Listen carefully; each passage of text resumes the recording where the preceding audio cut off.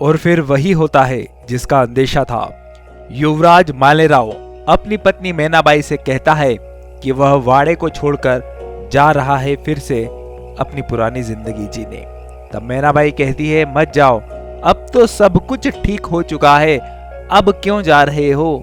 तब मालेराव कहता है, क्या ठीक हुआ है, सब कुछ तो पहले जैसा है।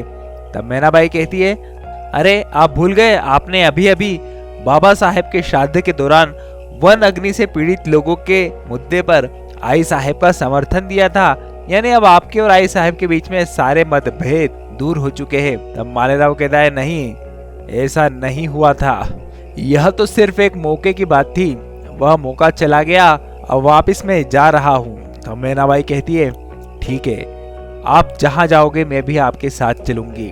तब मालेराव कहता है, नहीं, तुम मेरे साथ चलने का हक खो चुकी हो, क्योंकि तुमने अपने पतिव्रत धर्म को ठीक से नहीं निभाया। जब मुझे तुम्हारे साथ की जरूरत थी तब तुमने मेरा साथ नहीं दिया, इसलिए अब तुम यह हक खो चुकी हो। इसी बीच अहिल्या माँ भी वहां पर आ जाती है और मैनाबाई उनसे लिपट के रोने लगती है और कहती है कि देखो ना आई साहेब, यह फिर से वाड़े को छोड़कर जा रहे हैं। तब माँ अहिल्या मालेराव के पास आती है और उसके सामान, उसके कपड़े की घड़ी करते हुए कहती है, तुम जाना चाहते हो मालेराव, ठीक है, तुम जाओ। यह आश्चर्य करने वाली बात थी कि माँ अहिल्या कह रही है जाओ। मैनाबाई भी चौंक जाती है।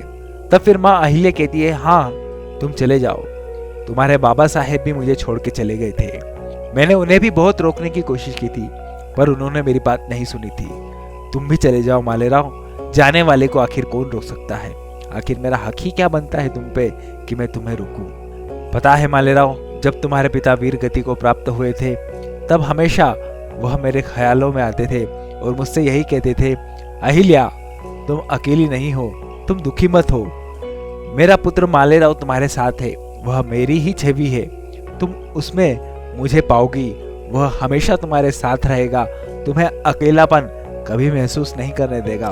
पर देखो ना, आज फिर वही होता है, मेरा बेटा मुझे छोड़ के चला जाता है, मेरे पति जो तो मुझे बहुत पहले ही छोड़ के चले गए थे, और मेरी ही तरह दुर्भागी है यह मैनाबाई भी, जिसको उसका पति छोड़ के जा रहा है।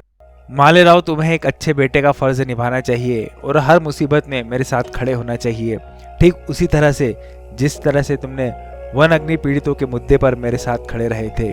तब तो मुझे वाकई में इस बात का पूरा यकीन हो गया था कि खंडेराव जी मेरे साथ में खड़े हैं और वह मेरा साथ दे रहे हैं, और मुझे इस बात का पूरा यकीन है कि वह मेरा भ्रम नहीं था। माँ अहिल्या इसी तरह से मालेराव की बहुत मिन्नतें करती है, उसके हाथ जोड़ती है कि मत जाओ, हमें तुम्हारी ज़रूरत है, हमें तुम्हारे साथ की ज़रूरत है। तब मालेराव कहता है कि मुझे तो अभी भी नहीं लगता कि मेरे जाने या रहने से वाड़े में किसी को फर्क पड़ता है।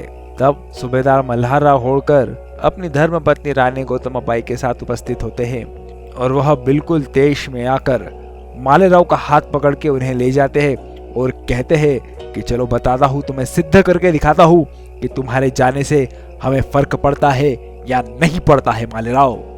दोस्तों, यहीं इसी बीच द्वारकाबाई, जो कि सीताबाई और गुणो जी की कुटिया में थी, तब सीताबाई द्वारकाबाई से कहती है कि आई साहेब, मैं तो भूल ही गई थी, हम उस वाड़े में अब वापस नहीं जा सकते। गुणो जी कहता है, हाँ सही कह रही हो सीता, हम उस वाड़े में किस मुंह से जाएंगे, हमसे इतना बड़ा अपराध हो चुका है कि हम उस वाड़े में जा ही नहीं सकते। पर सीता, अपराध तो मुझसे हुआ है, पर तुम्हें इसकी सजा क्यों भुगतनी पड़ रही है? तुम्हें भी मेरे साथ इस तरह के कठिन और निर्दयी जीवन का सामना करना पड़ रहा है। तब द्वारकाबाई साहब कहती है कि सीता, तुम मेरे साथ वापस वाड़े में चल सकती हो, पर गुणो जी आपको तो यहीं रहना पड़ेगा, आपने अपराध ही इतना बड़ा किया है, राजद्रोह जैसा अपराध आपके ऊपर इल्जाम है, तो आपको अपनी कर्मों की सजा यहीं भुगतनी होगी। गुणो जी बहुत मिन्नतें करते हैं, अपने दुख का रोना सुनाते हैं और कहते हैं कि यदि मैं नहीं जा सकता तो सीताबाई भी कैसे जा सकती है, उसके भाग्य में भी मेरे साथ कष्ट झेलना लिखा है, क्योंकि एक पति के कर्मों का फल उसकी पत्नी को मिलता है। यदि अच्छे कर्म होते मेरे तो सीताबाई को अच्छा फल मिलता, पर मेरे कर्म ही खोटे थे, इसलिए सीताबाई को ऐसे फल मिल रहे हैं। और आखिरकार गुणो जी के इस तरह रोने से, और क्योंकि गुणो जी सीताबाई को भी नहीं जाने देता है, तो अब द्वारकाबाई के पास कोई रास्ता नहीं था और वह कह देती है गुणो जी से ठीक है तुम भी चलो हमारे साथ वाड़े में। पर ये दोस्तों कैसे हो सकता है? वाड़े में सब लोगों के सामने जब गुणो जी को किस तरह से ले जाया जा सकता है? माँ अहिल्या के सामने उनके पति के हत्यारे को, सूबेदार मल्हार राव होळकर के सामने उनके बेटे के हत्यारे को, गौतमा आई के सामने भी यही स्थिति होगी। कैसे ले जा पाएगी द्वारकाबाई गुणो जी को वाड़े में? यह तो देखने वाली बात होगी दोस्तों। वहीं दूसरी ओर हरिपंत और गंगोबा के बीच में कुछ अलग ही खिचड़ी पक रही थी। गंगोबा तात्या जहां मां अहिल्या की दी हुई जिम्मेदारी को निभा रहे थे और वन अग्नि से पीड़ित लोगों के लिए जो वृक्षारोपण का कार्यक्रम मां अहिल्या ने लागू करा है, वह उस योजना की देखभाल कर रहे थे और उस हिसाब से कारकुनों को काम सौंप रहे थे। तभी वहां पे हरिपंत आता है और वह गंगोबा को उलाहना देते हुए कहता है कि तुम तो अब सिर्फ एक चाकर बन के रह गए हो माँ अहिल्या के। तब गंगोबा कहते हैं मैं किसी का निजी गुलाम नहीं हूँ, मैं तो बस मालवा की चाकरी करता हूँ, मैं मालवा की गद्दी का गुलाम हूँ। तब गंगोबा तात्या के गुस्से को और भड़काने के लिए हरिपंत उन्हें कहता है कि अब आप सिर्फ चाकर नहीं बल्कि चाटुकार बन चुके हो माँ अहिल्या के। हरिपंत के ऐसे वचन सुनकर गंगोबा गुस्से में आ जाते हैं और हरिपंत से कहते हैं, हरिपंत अपनी जुबान को लगाम लगाओ, तुम क्या बक रहे हो? यह बकवास कब से करे जा रहे हो तुम?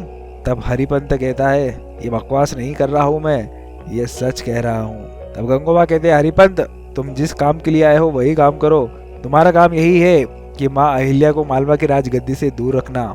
जब गंगोबा इस तरह से गुस्सा हो जाते हैं तब हरिपंत उनके पीछे पीछे जाता है, कहता है, अरे गंगोबा आप तो नाराज हो गए तात्या, मैं तो आपसे बस यही कह रहा था और आपके इतना बोलते ही मेरे दिमाग में एक और योजना आ गई है। तभी गंगोबा के कान खड़े हो जाते हैं और वो पलटते हुए कहते हैं, कौन सी योजना, जरा मुझे भी बताओ। हरिपंत तब अपनी योजना बताता है। वह कहता है कि गंगोबा हमें ऐसा करना चाहिए कि गांव वालों के मन में यह भ्रांति पैदा कर देनी चाहिए कि माँ अहिल्या उनके साथ नहीं बल्कि उनके खिलाफ है। तब वह करते भी ऐसा है, वह गांव के लोगों के बीच में अपने आदमी छोड़ देते हैं जो कि माँ अहिल्या के खिलाफ गांव वालों को भड़काते हैं और वह आदमी गांव में जाकर यह बात करते हैं कि माँ अहिल्या तुम्हारी जमीन को हड़पना चाहती है, क्योंकि पहले जो जमीन तुम्हारी थी अब उस पे पेड़ भी मालवा के रहेंगे, उसकी जिम्मेदारी भी मालवा की रानी की रहेगी और जो लोग नौकरी करेंगे उन व्यापारियों के यहाँ, वह व्यापारी भी मालवा के शासन के अधीन ही है। तो अब तुम्हारे पास तुम्हारा बचा ही क्या? इस तरह से तो मालवा की रानी माँ अहिल्या तुम्हारा सब कुछ हड़पना चाहती है। और वो माँ अहिल्या भी किस बात की, वो तो बस एक रानी है, छोटी रानी मालवा की। वो बस तुम्हें झांसा देने के लिए हमेशा अपने आप को मालवा की माँ साहेब, आई साहेब कहती रहती है। तुमको इस झांसे से बाहर निकलना चाहिए। और इसी तरह वह गाँव के लोगों को भड़का देता है और गाँव के लोग कहते हैं कि हाँ, हम माँ साहेब से इस बारे में बात करने जाएंगे, छोटी रानी से इस बारे में बात करने जाएंगे। तभी बताया जाता है कि वह आदमी कुटिया के पीछे गंगोबा से मिलने जाता है, जिससे यह बात पूरी तरह से क्लियर हो जाती है कि यह आदमी गंगोबा के इशारे पर ही आया था। गंगोबा उसको इस झूठ फैलाने के लिए, ऐसी अफवाह फैलाने के लिए सिक्कों से भरी हुई एक थैली भी देते हैं। अब आगे क्या होगा मालवा में? ऐसा लग रहा था कि मालेराव को उनके दादा साहब मना लेंगे। तुकोजी बाबूजी दौड़ते हुए आते हैं और वह कहते हैं कि गाँव वाले आपकी बात नहीं मान रहे, वह आपके विद्रोह में खड़े हो गए हैं। वहीं बताया जाता है कि द्वारकाबाई की पालकी वाड़े में आती है, पर इस पालकी में होगा कौन? कहीं गुणो जी और सीताबाई भी तो इस पालकी में सवार नहीं? कैसे होगा वाड़े में उनका स्वागत? जानेंगे अगले एपिसोड में।